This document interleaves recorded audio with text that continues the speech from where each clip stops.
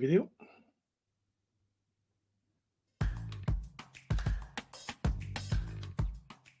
The world of automation is undergoing a paradigm shift. This changes everything. Welcome to Universal Automation. The world of plug-and-produce software components, making complex things simple and reliable. Think of it as the dawn of an industrial automation app store. The IEC 61499 standard is the key to portability and interoperability. UniversalAutomation.org is the community managing an industrial-grade reference implementation of 61499. Because no one vendor or company or person can bring about transformation on their own. Universal Automation allows us to use software and hardware in a whole new way to create portable applications and innovative architectures. For the first time, IT and OT engineers can easily work together, combining real-time with right-time to create cost-effective and innovative ways to address complex use cases like predictive maintenance, production optimization, and virtual commissioning. But how does Universal Automation really impact you? Vendors can use the Universal Automation reference implementation to bring IEC 61499 offers to market fast. That means new software revenues, new business models, and new customers. Universal Automation frees industrial enterprises to integrate best-of-breed components and proven in-use software. You can realize step-change advancements in efficiency, flexibility, and modularity with agile operational models. It's time for us to release the full potential of the fourth industrial revolution. Be a part of the community delivering the solution. Join universalautomation.org.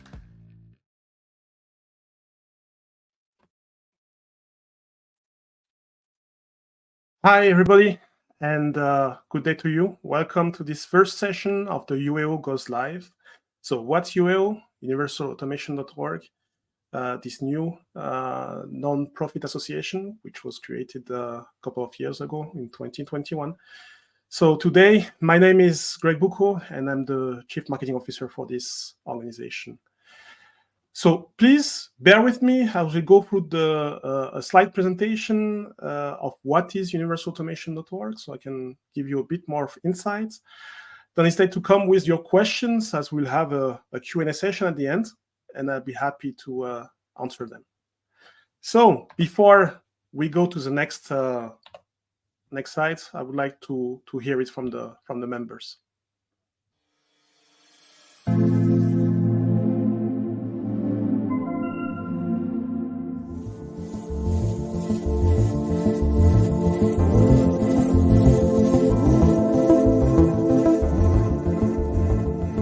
UniversalAutomation.org. It's about sharing a technology, a shared runtime execution engine. We call it a game change in automation because we have first one technology which is based on the IEC 61499, which is the standard which aims at decoupling hardware and software. Hardware itself is becoming very, very performant in terms of processing and CPU power, and the future is more and more about software. This approach is really a winning approach because it's very, very flexible. You develop the application once and you can reuse in each different configuration. That's exactly what Universal Automation and 61499 enables, because it brings a new formalism for developing software, which is object-oriented in nature and which allows deployment of a distributed hardware for the actual final control system. So let's say that it's a marriage made in heaven. So if I want to make more conscious decision based on my business data, which also come from the automation level, I need Universal Automation to get this data in an efficient way and with the right engineering efforts on the level when I can do and run the analytics. Offers are available, not just from Schneider Electric with EcoStruxure Automation Expert, but also from Advantech, from Stahl, from ESA in Italy, and from other companies. Advantech is growing really, really fast. And I believe if you want to keep on growing in the next future, you need to be able to innovate. And when I see Universal Automation approach, it is exactly the way of innovation we need to go with. Most of our customers from process automation are pretty conservative, so never change a running system. But now we see a new generation coming up, what is used to new technologies, and they are open to test, to try these new functionalities. And I think most of them pretty well understand the advantages on this. I'm doing this now for 20 years, and I think over the years, this is the most exciting changes. And from my experience, I see that in the IT, for example, there has been a big revolution. And I expect the same in automation. I don't know when it will happen. Probably it takes a little bit of time, but probably a revolution will come.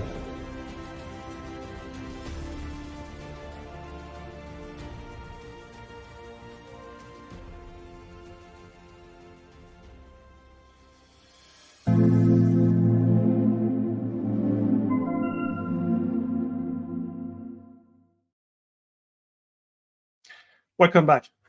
On the verge of a revolution, that is what is universalautomation.org. So let's start from the beginning. What do we see now on the industrial automation market? We see different situation. We see that the way automation has been done until today is great, but still has some drawbacks when it comes to bringing innovation to the market. It's like it's not easy to update the program that you're using. When you have end of life, the same thing, you are struggling to get your hardware upgraded to the next generation. We can speak about software we use today, the life cycle of the software. So everything that you implement in your automation program is tightly linked to the hardware on which it runs. So you want to reuse it across different platforms? Well, it's most likely that you can do it today. If we speak about multiple supplier strategies, so for sure we have all had, we are out of this COVID phase, but still some of the customers, some of the end user are struggling with getting some products supplied. So sometimes they need to change for one reason or another, change supplier. So they are stuck with one or two suppliers maybe today. Let's think about the future. Future is about the new talents. And we see here that in the automation field, it's becoming more and more difficult to get young talents interested in the field of automation, and which is, for example, not the case for the field of IT. So how to bring those youth talents back to us and back in automation. And this is all those points which universalautomation.org is tackling, overcoming the vendor locks and the ability to innovate. And for that, what do you need? You need to rethink the way you are doing automation on the market. So the way we are doing automation, on the way we think we should be doing automation with universalautomation.org, is first by decoupling the hardware from the software and enable this portability of applications. So think about it. You are developing your automation application, and for this automation application, you need to implement, let's say, interoperability or interlink with some IT services. And for that, for sure, either you have the knowledge in-house to do it, either you have it maybe in a library given by your supplier, but then it will really depend on the supplier you are taking. But most likely you won't be able to reuse something which has been done on the market because it really depends on your hardware topology. What if this could work the same way as what you do in the IT field? So meaning that you have your laptop today running with Windows, you want to install a software, you just take the first software that you see and can install, which does exactly what you need to. And you are not looking for which is the supplier of this hardware. Fundamentally, object-oriented, closer to the assets, closer to the representation, the physical representation of what you are trying to deal with. Very asset-centric and appealing to the next generation, meaning that with the capability of using the latest programming languages, and which are already used in the IT system. So for that, we have the concept of universal automation. So universal automation is basically two things. One thing is an innovative technology. This innovative technology stands with standard, IEC standard, which is called the 64099, which is the evolution of the today mostly used standards on the market for automation. And this standard aims at, let's say, enlarging the previous standard by adding the decoupling of hardware and software, and adding the possibility to program entire system and distribute this programming amongst multiple CPUs. So basically programming power. And for that, we have within universalautomation.org a reference implementation of that standard. So meaning that we don't work directly on the 64099 standard, but we are working with a reference implementation of it. So you can compare it of the same as what you see in those Linux environment. So today, lots of people are saying, okay, we use Linux, but in fact, people are using a distribution of Linux. So it could be Ubuntu, Debian, Yocto, whatever distribution which is available on the market, which is at the end a reference implementation of Linux. And this is exactly the same what we are doing for the 64099, which is providing a reference implementation to the market so that people can implement it and go and use it in a faster way. But having a reference implementation is not enough. You need more. Having more means that you need a community around it. This community is universalautomation.org. So it's a community of both users of automation and technology vendors. Users of automation, I take the full chain of users. So starting with end users, system integrator, process OEM, machine builders, distributors, down to even youngs in universities, startups, those are included, and technology vendors, those who are putting the product on the market, which embed that reference implementation. So that is what is universalautomation.org. And the goal of that is to create an environment similar to what you see on the Android world, with smartphone having the possibility to, let's say, play or run different software coming from different provider on different hardware platform independently. And this is the same what we will achieve with universalautomation.org. But I think I have spoken enough, and I prefer to let the members speak for us and telling what is confirm what is the portability and the interoperability of UAO.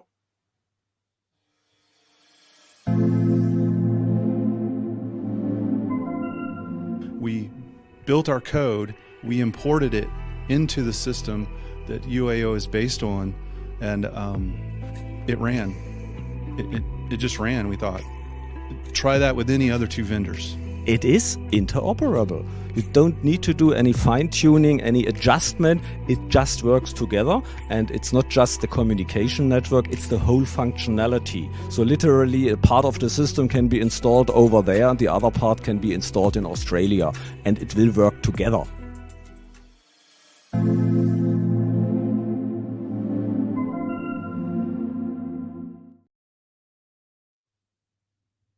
So you've heard that from our members. They're using it. They say it's working. So it's not something which is like in the air, something that we are inventing or whatever. This is today something which is working and which is used. Let's come back to the standard. Let's say to the base of the technology behind. The 64099 standard, it's made with, let's say, three simple things. The first being event-driven function blocks. So event-driven, meaning that we work on the same way as what the IT is doing. IT is working more with transaction, and we do the same for automation, embedding the ability to work with events. So those events are triggering a program, making whatever, so addition, a function, whatever you need it to do to work in an application. But this function, as you see it, here is a simple, let's say, block or whatever, but this could be at the end your boiler, this could be your conveyor, this could be a furnace, for example, in your application.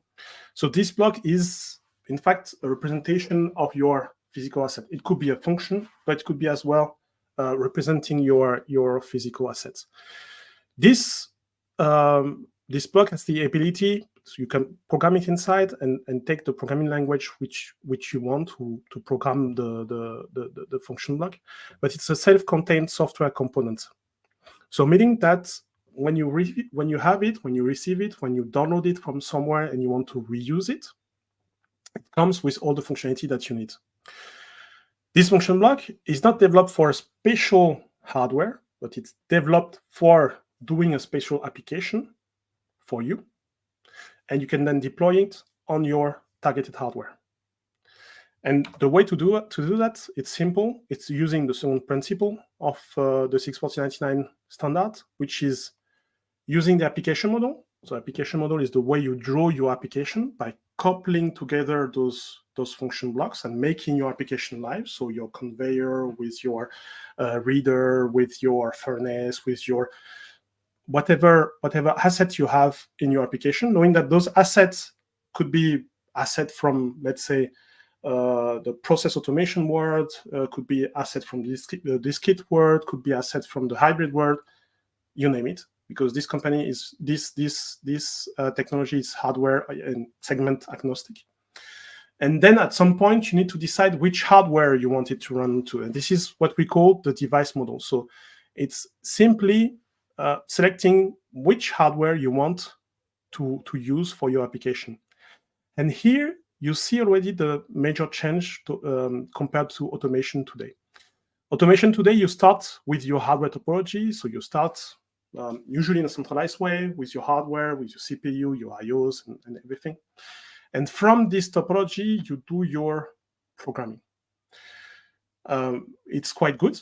The only drawback is that if at some point you need to change your programming or add some new functionalities when your CPU is already overloaded, then you need to make some exchange, and you need to ensure that both programs which are running in two different CPUs or processing units can communicate together.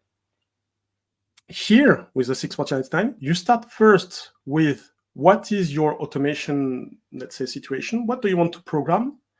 You program it the same way you do it in an IT field, and then you deploy to the targeted hardware. So the phase which is thinking about which hardware I want to use for my application comes later. You first focus on what you want to achieve and then deploy to your hardware.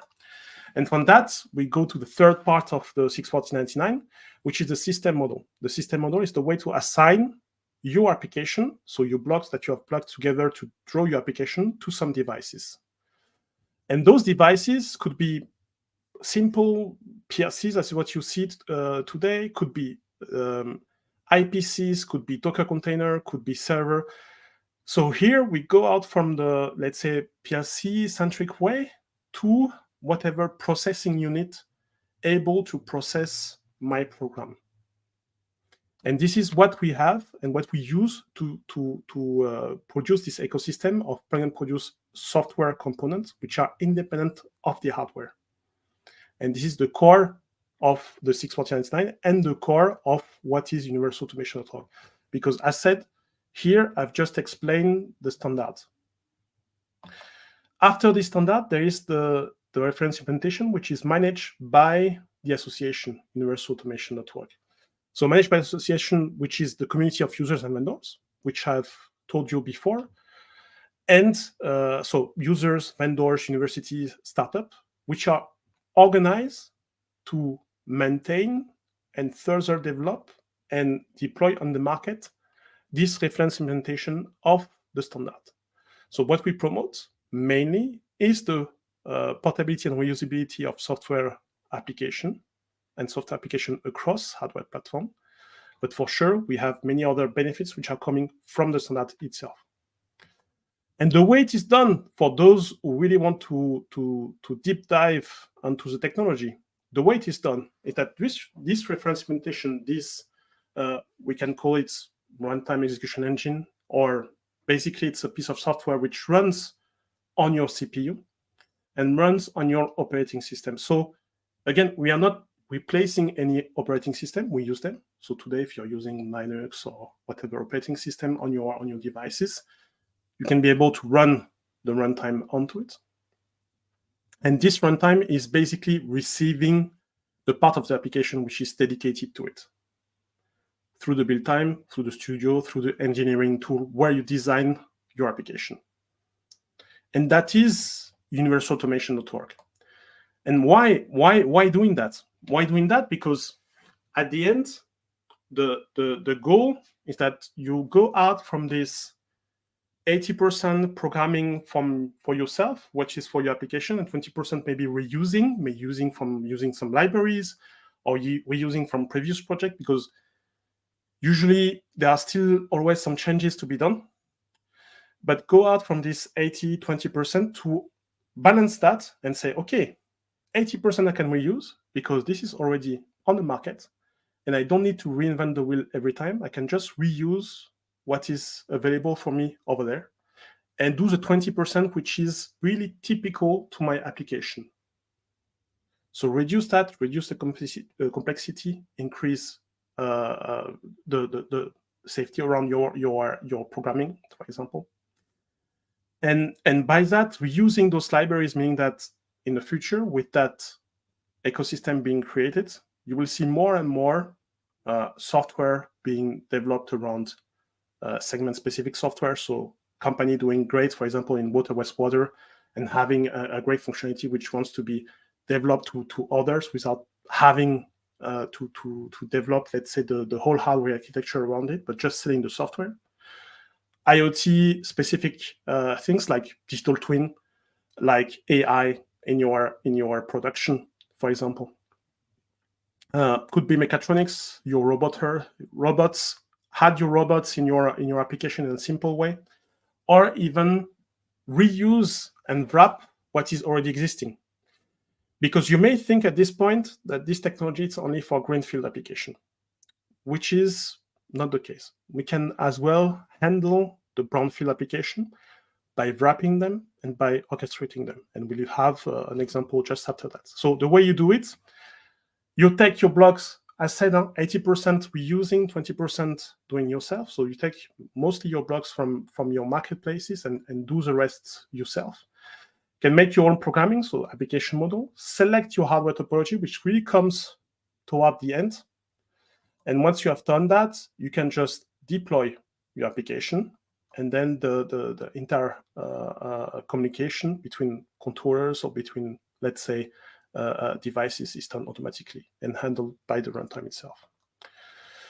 So really coming to, let's say, more flexibility into the programming, at the same time, more efficiency, because you can finally reuse what you have done and increase your return on investment on your software, because the software is no longer done for a typical hardware and for a typical life cycle, but the life cycle of the software becomes independent from the life cycle of the hardware.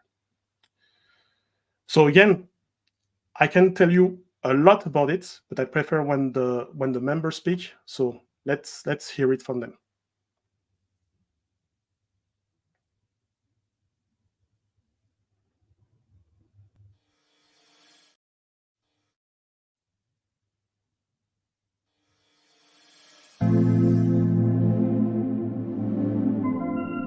Because in our vision, the way we're moving with our company, we need a different way of programming. And this tool set was actually, very promising, and it still is kind of enabling that what we want to achieve. One of the reasons we're a member of this is we see the OT transformation happening in front of us. And so I think the IEC 61499 specification in general is a central set of capabilities, right, to which you can host 1131 if you wanted to, or not, as was mentioned, and achieve your goals long term with the flexibility you need for all the new stuff that's coming down the pike, right? Whether it's, some artificial intelligent LLM model you want to implement at scale.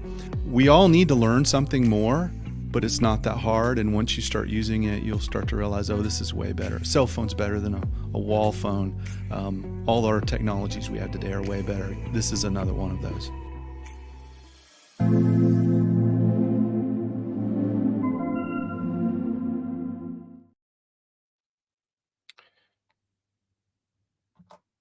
Universalautomation.org, a community But who are those companies who decided, those organizations who decided to go with us down the road? So as said, and as a reminder, we started this whole initiative in November 2021, so a bit more than 2 years ago, with 9 founding members.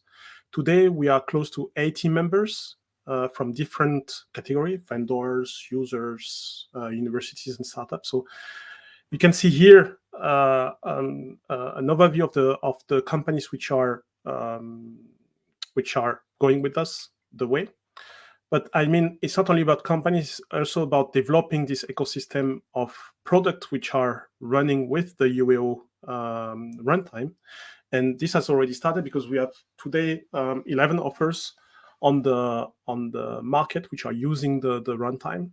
So you can see those companies: Advantech, ESRock Industrial, ESA, Flexbridge, Kongsberg, ODOT, Belden, Stahl, Phoenix Contacts, and Schneider Electric. So those offers are already available, so it means that you can use them. And talking about using, let's speak about use cases. There are different use cases, and I've decided to concentrate on only a few of them, using the companies which are member of the organization. So few companies such as, for example, ExxonMobil, working a lot on the open process automation from implementation, and currently working on the first plant running with that,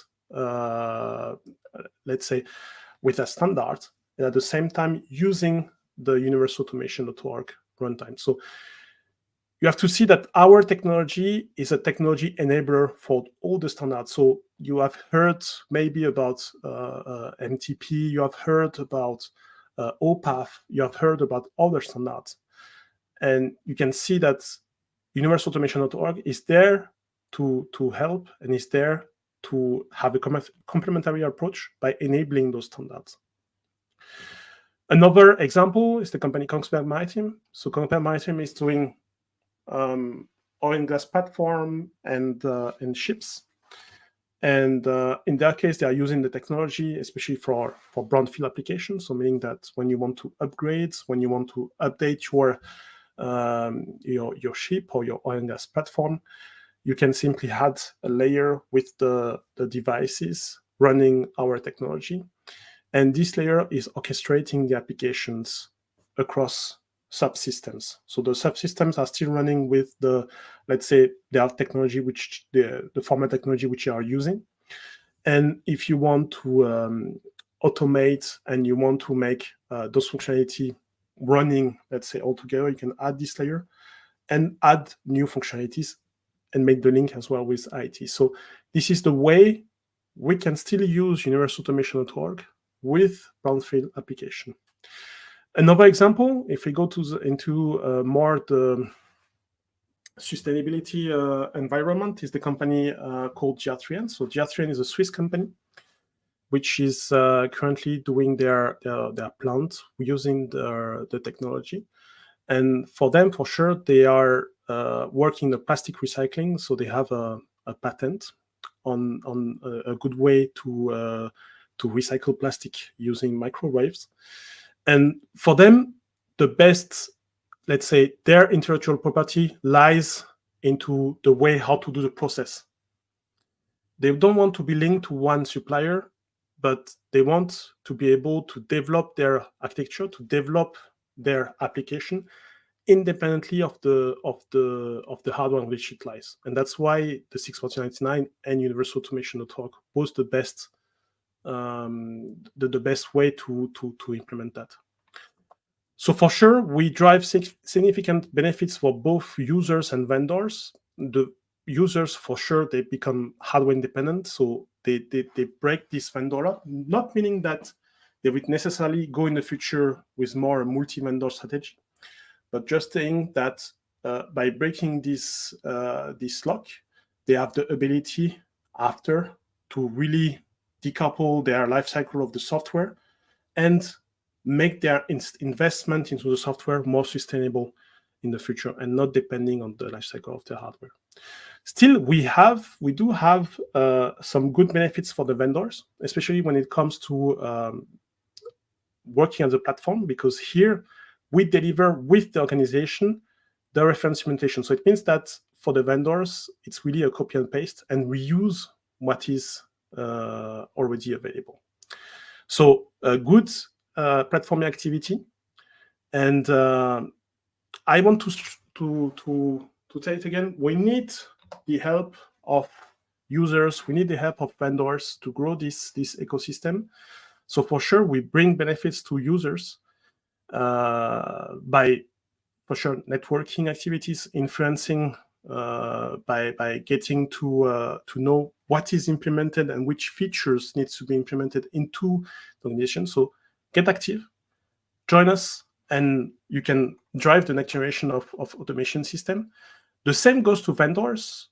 If you want to take this part in this activity, that's the best way to do it, is by joining universalautomation.org, because you can gain from the platforming activities, which is done here, and do not have to reinvent the wheel yourself, but just using the technology, and you'll be benefits from the other libraries which are being developed. Nevertheless, I don't forget the universities and the startups, because we also target universities. For sure, we need to train the next generation, and we need to ensure that the next generation of talents have the necessary knowledge to be able to go on the market and implement nice things using Universal Automation.org. So that's why universities are welcome to join us. So before we go to the Q&A, I propose you to listen again to the members to see what they have to say.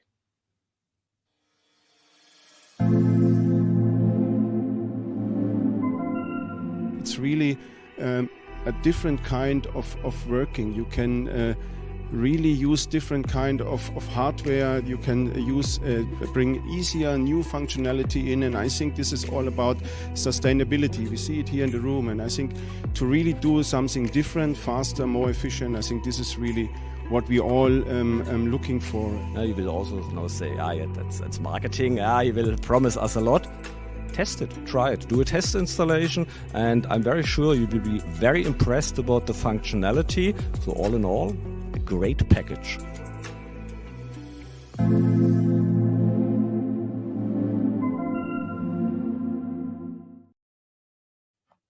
Okay, now we are back together. This was the last point. So just I will have a look in to see if there are maybe some questions in the chat. As of now, I see. Okay, I see one question, which is about how to join the organization. So join the organization is very simple process. Here you see all the links which are available, but the most important one is to go to the website. On the website, you have the possibility to send us a message. So please use that. Send us a message, and we'll come back to you. Just to make it clear here, the join the association is really made for organizations. So if you are a company willing to join the adventure, please feel free to do so. If you are a university willing to join the Universal Automation.org, please feel free to do it. We can help you. We can help you set up some courses on the technology. So feel free. And I have a look again. Okay, that was the only question I can see right now. So I thank you all, and I wish you a good day. Don't hesitate to get back to us, either LinkedIn, YouTube. We are here. So thank you and have a good day. Bye-bye.